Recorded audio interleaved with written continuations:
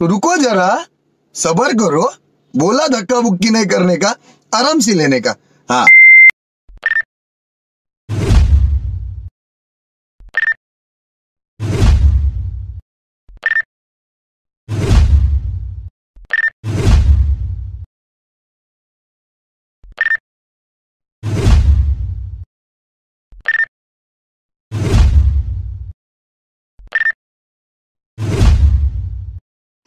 স্কুলের মেয়ে ফাঁকি মেরে এসে কলেজে দাদার সাথে দেখা করছে।